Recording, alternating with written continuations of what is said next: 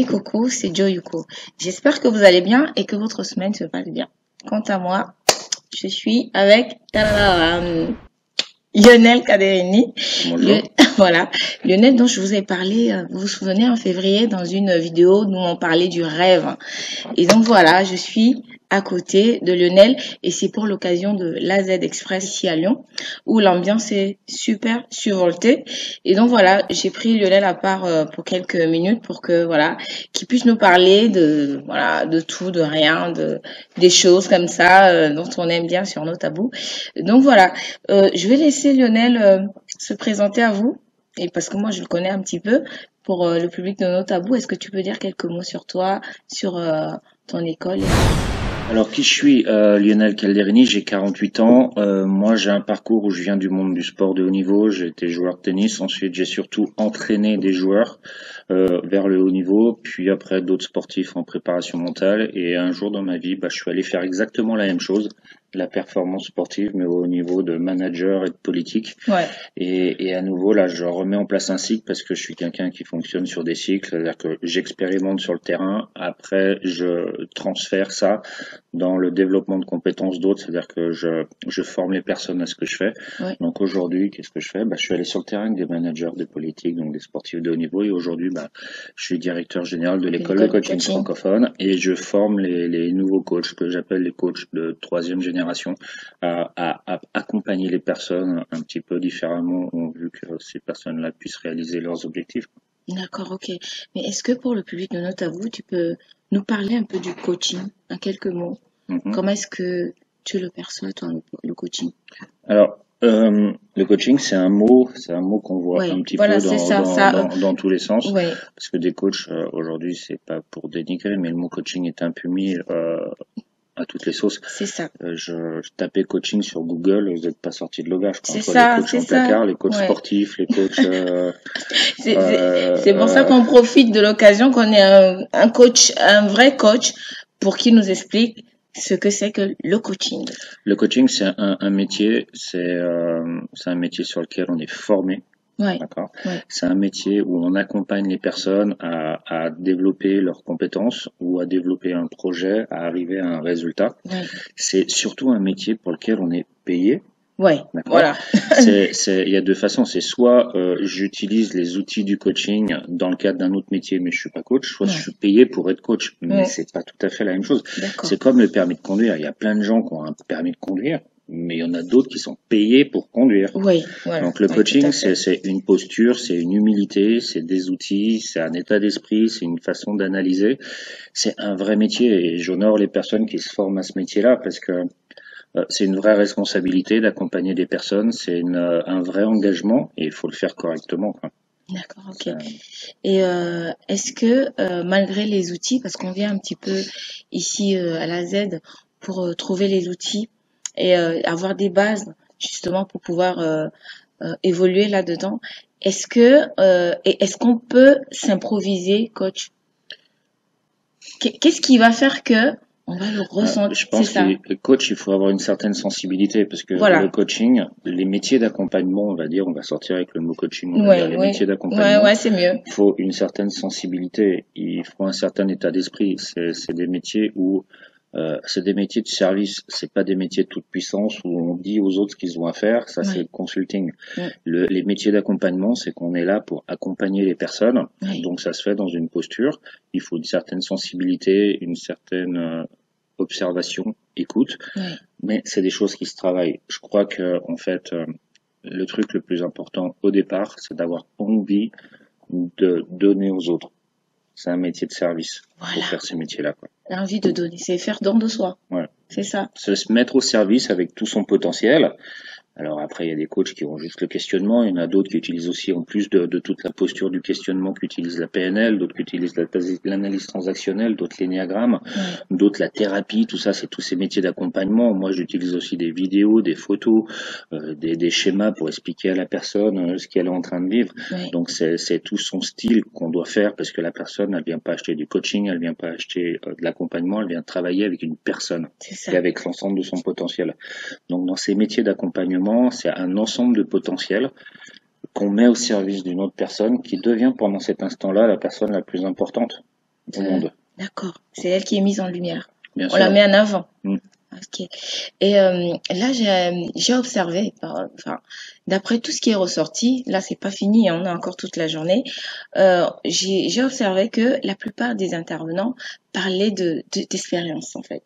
Il y a comme des révélations, il y a comme des choses qui font que, voilà, ils ont envie justement de faire don d'eux-mêmes aux autres, en fait. Et c'est ça qui fait que on devient coach. En fait, je veux parler d'expérience parce que tout ce qui ressort à chaque fois, c'est l'expérience. Oui. Alors, l'expérience, transférer son expérience, expliquer son expérience, c'est ça, voilà. C'est un outil dans le coaching. On peut pas c'est un outil, c'est un seul d'accord. input, c'est de rentrer dans l'intimité avec la personne en lui offrant sa propre expérience. D'accord. Mais quand on a un coaching de face-face, il faudrait aussi que la personne, elle soit OK là-dessus. Ouais. Donc moi je transfère parce que Tout comme à c'est elle fait. la personne la plus importante, Tout à fait. si moi je commence à raconter ma vie en permanence, Ouais. je lui prends tout l'espace, alors que moi je suis là pour lui provoquer un espace pour qu'elle se déploie. Ouais. Donc c'est-à-dire que si moi je veux lui faire part d'une de mes expériences, c'est une de mes compétences que je lui mets je lui donne, Ouais. je lui offre, Ouais. et je lui demande est-ce que ça te dérange, est-ce que tu me permets de te faire part d'une de mes expériences. Ouais. Et là, elle peut me dire oui ou non. Si elle me dit oui, effectivement, mais je parle de moi et c'est mon expérience que je mets au service de la personne. C'est un outil D'accord. qui s'emboîte encore avec une posture, le questionnement, d'autres choses. On ne peut pas coacher qu'avec ça. Ouais. Là, on est en séminaire. Les personnes sont là dans un séminaire. Ouais. Il y a des conférences et c'est ce qu'on attend de certains conférenciers. Ouais. Mais un conférencier qui exprime son histoire pour toucher émotionnellement les personnes, pour provoquer des prises de conscience, c'est pas du coaching. D'accord. Pour toi, c'est quoi la valeur qu'un bon coach devrait avoir? Enfin, qu'un coach, une valeur de base qu'un coach devrait avoir? L'humilité.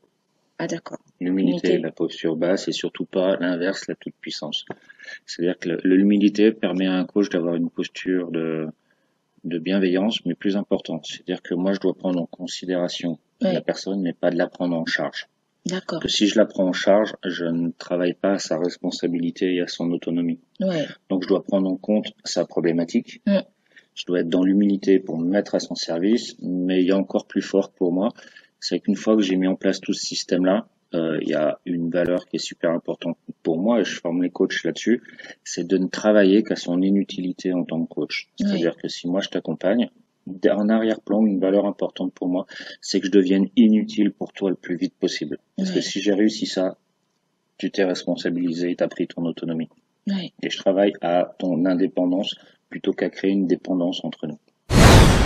Et dans notre société, on a quelques petits soucis qui font qu'on est complètement bloqué à chaque fois. C'est la peur de nous-mêmes, la peur de ce que nous sommes, la peur de ce qu'on peut apporter, les doutes. Et que dirais-tu à quelqu'un qui a envie justement de faire don de lui-même, qui le ressent, mais qui n'arrive pas à avoir cette confiance-là, prendre confiance en elle pour justement se lancer?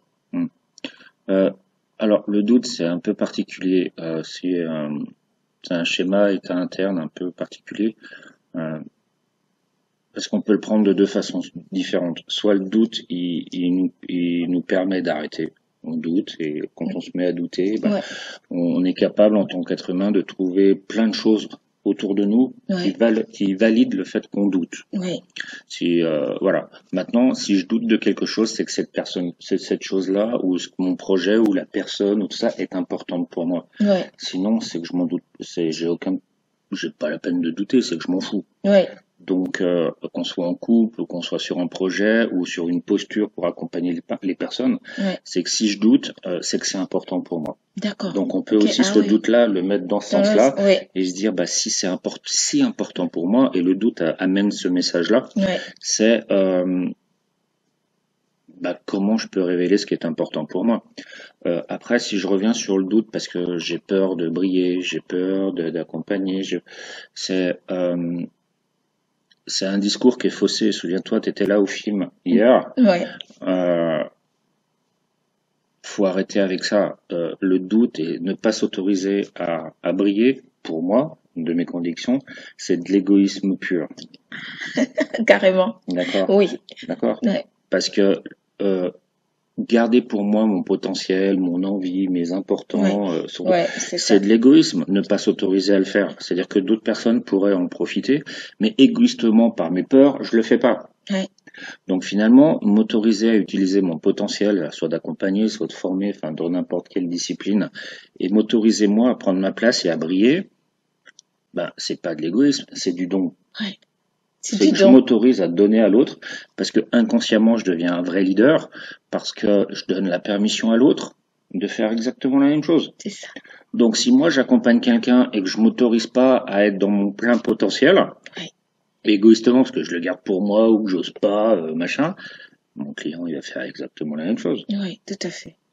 Ouais, Donc le doute, tous ces trucs de peur, de briller, de machin, je conçois quand on n'a pas toutes les compétences. ouais, Ok, et ouais, ça c'est ouais, de l'humilité. ouais. Mais le Mais reste, je veux pas dire de gros mots, mais ok, c'est c'est de juste. l'égoïsme, c'est de la connerie, c'est de l'égoïsme. Et si vous voulez donner, autorisez-vous d'abord vous à Ah, utiliser votre potentiel et à briller, quoi. voilà, c'est ce que Lionel il vient de nous dire que pour le public de nos tabous, il faut s'autoriser à briller. C'est très important pour justement partager et donner. Il faut d'abord briller. Vous savez, quand je suis revenue de Lyon la dernière fois, j'étais toute émerveillée là parce que j'avais découvert quelque chose qu'on appelle l'énéagramme. Et justement, c'est Lionel qui avait partagé ce jour-là. Et je suis repartie complètement bouleversée. Ce que j'avais découvert, c'était qu'on pouvait avoir tous les traits de caractère. On pouvait être un aidant, on pouvait être un perfectionniste, on pouvait être un leader, on pouvait être un artiste, on pouvait être un penseur, on pouvait être un épicurien, on pouvait être il y a 9 traits de caractère qu'on pouvait être et voilà et qu'il fallait juste savoir moi ce que j'avais compris les harmoniser. Et donc je ne sais pas, est-ce que justement tu pourrais nous parler de un petit peu de ces traits de Ça, caractère? ok. Ouais, Alors l'énéagramme c'est un outil de d'analyse comportementale, de classification des personnes ouais, entre 9 profils. ouais. Il faut savoir qu'à la naissance, on est avec le potentiel des 9. À la naissance, on est avec les 9. Et en Voilà. fonction des expériences, de nos expériences, de notre éducation, de plein de choses, Ouais, pour nous protéger par rapport à des situations de stress, on en développe plutôt certains que d'autres. d'accord. Ce qui veut dire qu'après, on ne voit le monde que de par ce profil-là. D'accord. Euh, Donc si par exemple on est un leader, mhm. on va vouloir voilà, on va plutôt accentuer. Bah, c'est notre confort, donc ça veut dire que la loi, notre propre loi, le fait de décider, bah, c'est notre monde, donc c'est notre confort. D'accord, ok. Voilà, donc on va surprivilégier ce profil-là. D'accord, Donc ça veut dire que l'énéagramme, à ce moment-là, on peut le voir d'une première façon, c'est de dire aux personnes, tu es un numéro, tu es 8, tu es 9, tu machin. Mais pour moi, c'est mettre les personnes dans des cases. ouais, Et si je vais plus loin, c'est être capable de dire à une personne, tu es ce numéro, donc tu as ce potentiel-là, mais couillon, tu te passes de 8/9 de tout l'autre potentiel. d'accord. C'est pas possible. Ouais, Alors que si on se replace au centre de l'énéagramme et qu'on voit les 9 profils, donc le perfectionniste, l'aidant, le compétiteur, l'artiste, le penseur, le loyaliste, l'épicurien, le leader et le médiateur, ouais, seulement comme des profils de compétences, des profils de performance, de qualité, de potentiel. ouais, J'ai intérêt à me positionner au centre de l'énéagramme et qu'en fonction des situations, ouais, aller chercher les compétences de chaque d'accord. profil. Ouais, Si on prend le 1, par exemple, ses compétences, c'est l'organisation, la rigueur, la structure, le travail bien fait. d'accord. Le 2, c'est le don à l'autre, l'empathie, la bienveillance, l'amour. Mm, Le 3, c'est tout ce qui est de passer à l'action, de l'énergie, de faire les premiers pas, de relever des challenges. Le 4, c'est les émotions, la sensibilité, les ressentis, les intuitions. ouais, Le 5, la prise de recul, l'analyse, l'expertise, l'observation. ouais, Le 6, l'esprit d'équipe, la collaboration, le partage, la co-construction, la communication. Le 7, le plaisir, l'envie, mais aussi une certaine sensibilité, du raffinement, de la précision, de la subtilité. Le 8, c'est le pouvoir de prendre des décisions, de protéger, d'assumer le leadership. Et le 9, c'est d'être visionnaire, de voir les choses de façon globale, d'être un rêveur. Et c'est ouais, aussi les qualités d'être centré, d'être aligné. ouais. Donc on peut faire n'importe quel métier, ce serait une connerie de pas pas utiliser toutes ses compétences. Oui, tout à fait. Voilà. Ouais. Donc le truc après, je pense sincèrement qu'à la naissance, on a tous ces potentiels. Le truc, c'est comme on les fait pas au bon moment, on peut avoir rapidement le sentiment qu'on ne sait pas faire et de mettre en place une croyance limitante. Voilà. C'est peut-être juste parce qu'on a, par rapport à nos projets, ce qui est important pour nous, on n'a pas mis les choses dans le bon ordre. Tout pour moi part du neuf, parce que les neufs, c'est notre partie à nous qui a une vision, qui rêve, donc ça se passe dans notre tête. Et de toute façon, quoi qu'on veuille faire, tout part d'un rêve. Ce que tu fais sur ta chaîne, c'est parti d'une idée dans ta tête, d'un rêve, tout compte là-dessus. Et derrière, donc c'est tout ce potentiel-là qu'il faut utiliser. Derrière, il va falloir aller chercher votre potentiel du 8. C'est que j'ai un rêve et derrière, je vais aller dans mon 8, mon leadership, pour savoir si c'est important pour moi, si c'est ce que je veux, égoïstement. Et après, aller dans le 2 pour expliquer ce que je veux apporter aux autres. Comment je veux le partager. C'est aussi l'écologie de savoir ce que les autres ont à gagner que moi je fasse mon rêve. Pour descendre dans le 4 après, aller dans cette sensibilité, cette créativité, cette différence de savoir mon rêve, je le construis comment à l'idéal. Pour après aller dans le 1, le structurer, l'organiser. Pour retourner dans le 7, pour y rajouter un peu de raffinement et de plaisir, pour valider que ça me fait toujours kiffer ce rêve-là. Et après, prendre du recul dans le 5, dans ma partie 5, pour aller observer un peu ce que font les autres, pour trouver mon expertise, pour trouver ce qui va faire ma différence, pour après valider dans mon 8. À nouveau, que c'est toujours ce que je veux. Remonter dans mon 9 pour voir ce que je suis en train de mettre en place répond toujours à une vision, à un rêve. Après, aller dans le 3 pour commencer à mettre en place les actions et avoir le courage de mettre en place des actions, de mettre en place de l'énergie qui dépendent de moi, de ma responsabilité, pour finir dans le 6, pour créer, parce qu'on réussit pas tout seul, pour créer des alliances, pour créer des partenariats, pour trouver le bon environnement pour lequel on est fait pour réussir notre rêve. Et là, juste par cette simple logique, on utilise l'ensemble de son potentiel. Ah oui, d'accord. Parce que on se rend compte qu'on a quand même une grande méconnaissance de ce que nous sommes réellement. En fait, on est vraiment un bijou brut à la base. On est un bijou et je pense qu'on peut rapidement mettre en place des croyances limitantes simplement parce qu'on nous a pas expliqué la stratégie pour utiliser notre potentiel.